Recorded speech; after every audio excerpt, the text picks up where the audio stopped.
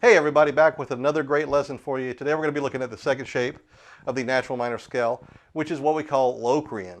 Now Locrian sits as the second shape, so it's the most bizarre shape. It's the one that's probably least often used, but because it's the second shape, we're just going to go ahead and keep going in order. So we'll be looking at Locrian today. Here we go. As always, thanks for checking out the lessons. I got lessons on here every single week. Be sure to like, subscribe, and share. And also be sure to check out my free course, my 7-day course that will help you improvise intuitively, solo with ease and confidence, and just pick up the guitar and go. And it's called justpickuptheguitarandgo.com. Get on my newsletter. Every time I put out a new lesson, I'll go ahead and send it to you. And I'll also send you all kinds of goodies. And of course, you get my free course, 7 days to unlock the fretboard. So be sure to check that out. Just pick up the guitar and go. And today what we're going to do is we're going to be looking at the second shape or the second position of the natural minor scale. Now, as I said in the last lesson, all of these are within the major scale. So this would be the 7th position of the major scale, but it's the 2nd position of the minor scale because it's all in a circle. And that's one of the things that I talk about in my course. That's one of the things that I talk about in a lot of my lessons, is that everything is in a circle. The fretboard is circular, and if you start looking at it that way, it's really going to help you unlock it.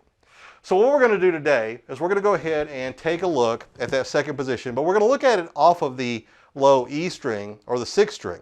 In the last one, we looked at the Aeolian shape on the 6th string at the 12th fret, which is this.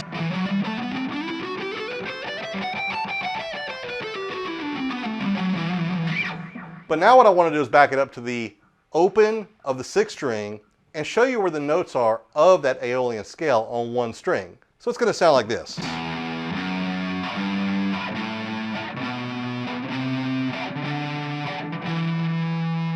And if we keep on going, we just wind up back in that natural minor or Aeolian box.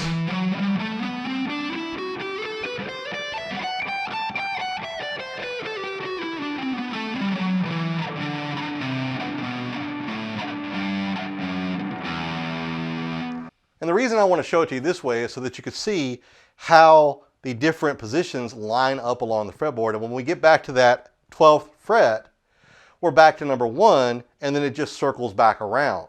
And that's kind of the whole point. If you start seeing it that way, it makes a lot more sense. So let's go ahead and look at the second position, which is that Locrian position. So on the 6th string, we're playing open, 2, 3, 5, 7, 8, 10, and back to your root, which is 12, which is the octave of the open note. So we're following a pattern, and I want to show you what that pattern is. Look at the Aeolian shape.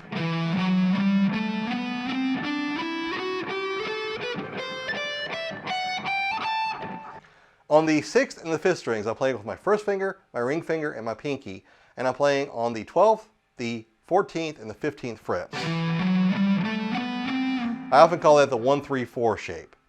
Now, when I teach the box shape, I usually call it the 1-3-4, 1-3-4 shape, and then I say the pattern goes on to a 1-3 shape, then a 1-2-4, 1-2-4 shape. But we're going to skip that because we're doing 3-note per string today.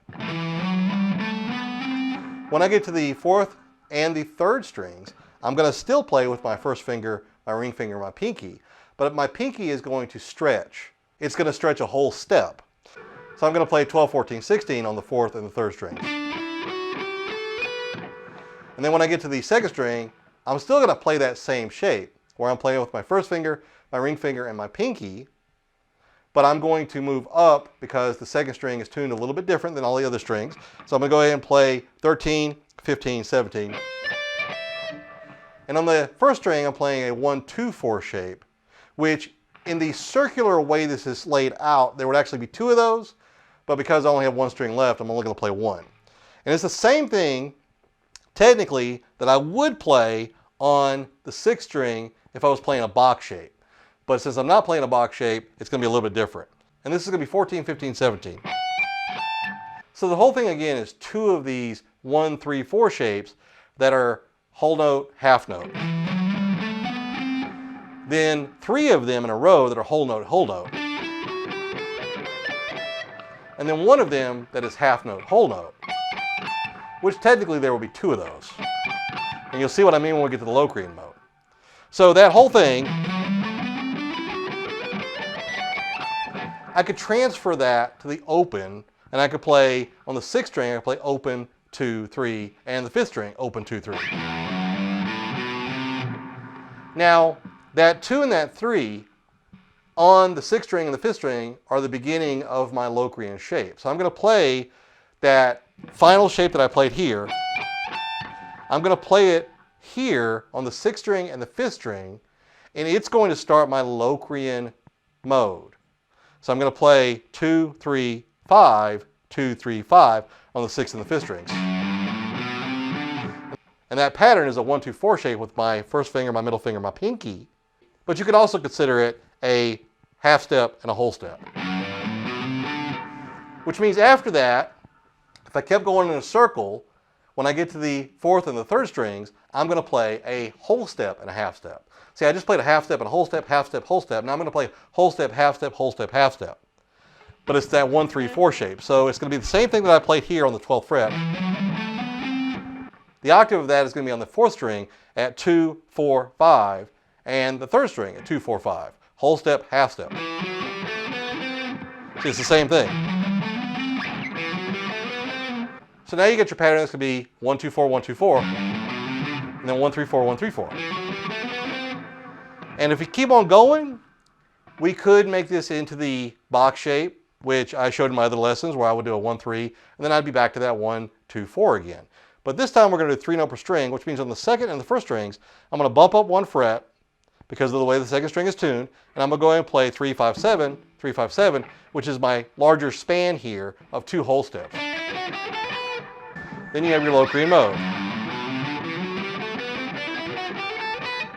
Now it doesn't sound any different from the Aeolian scale, because if I was playing Aeolian, right, which is in the key of E minor, then it's going to sound Aeolian.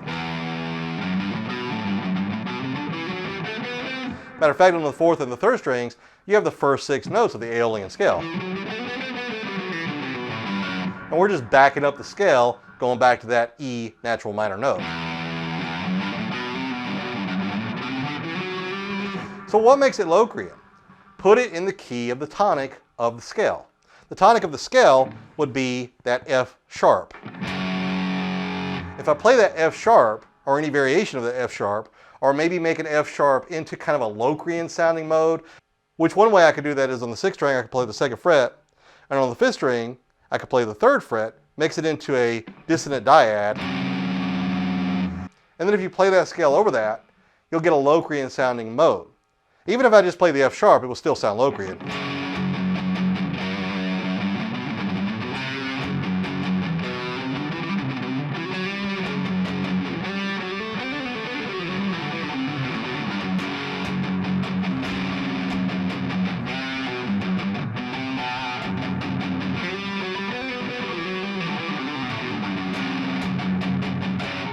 So there's all kinds of really cool stuff in there when you're playing with that Locrian.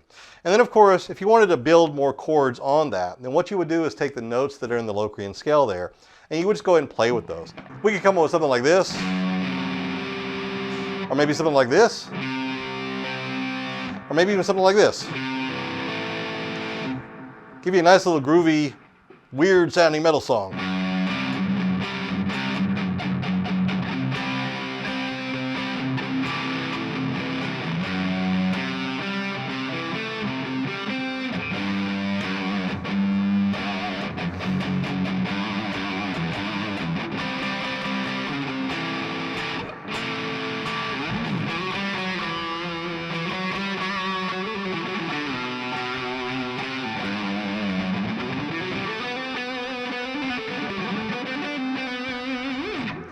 The possibilities are as creative as you want to make them, and that's when you just got to sit down, flesh things out and make it sound the way that you want to. So that's the Locrian mode. We'll keep on going. We're going to go ahead and just keep exploring these modes and playing with these ideas over the next few lessons. And after we do that and keep looking at those 3 note per string shapes, we'll probably come back and then flesh out some of the pentatonic stuff, because there's just so much in there. Might start looking at some of the harmonic minor, maybe some of the pentatonic, maybe looking at how different shapes will lend themselves to different pentatonic ideas. That's something that I think is pretty interesting to explore as well. And then also how we can build on some of these things. I'm getting some backing tracks and things like that together, and once I have a good amount of those made, I'll go ahead and start putting on some backup tracks and showing you how I would approach some of these as songs if I was making them. And I got a song on deck which I'm about to be putting out, which is Aeolian. And most of the stuff that I do is in either Aeolian or natural minor. And the reason for that is because it's one of the most easiest scales to gravitate back towards.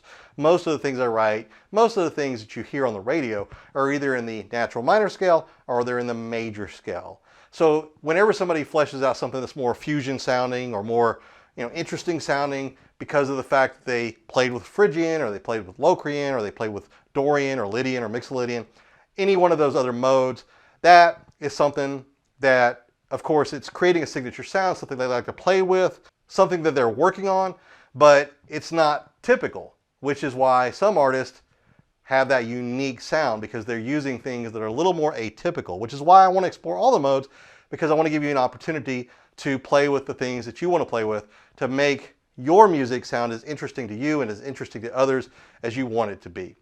Hey, thanks so much for checking out this lesson. I hope you're enjoying my season number 2 and my lessons on modes and how we can explore them and approach them. And don't forget that I would like you to get on my newsletter, which is at justpickuptheguitarandgo.com. I put out a lesson every single week. Be sure to like, subscribe, and share. But as we all know, that YouTube algorithm is easy to get lost sometimes. So if you're on my mailing list, every time I put out a lesson, I will let you know when it comes out. I will also let you know when I got other stuff out there. And of course, you get access also to my free 7-day course, which will help you improvise intuitively and just pick up the guitar and go. So once again, that's at justpickuptheguitarandgo.com. And I'll see you in the next one.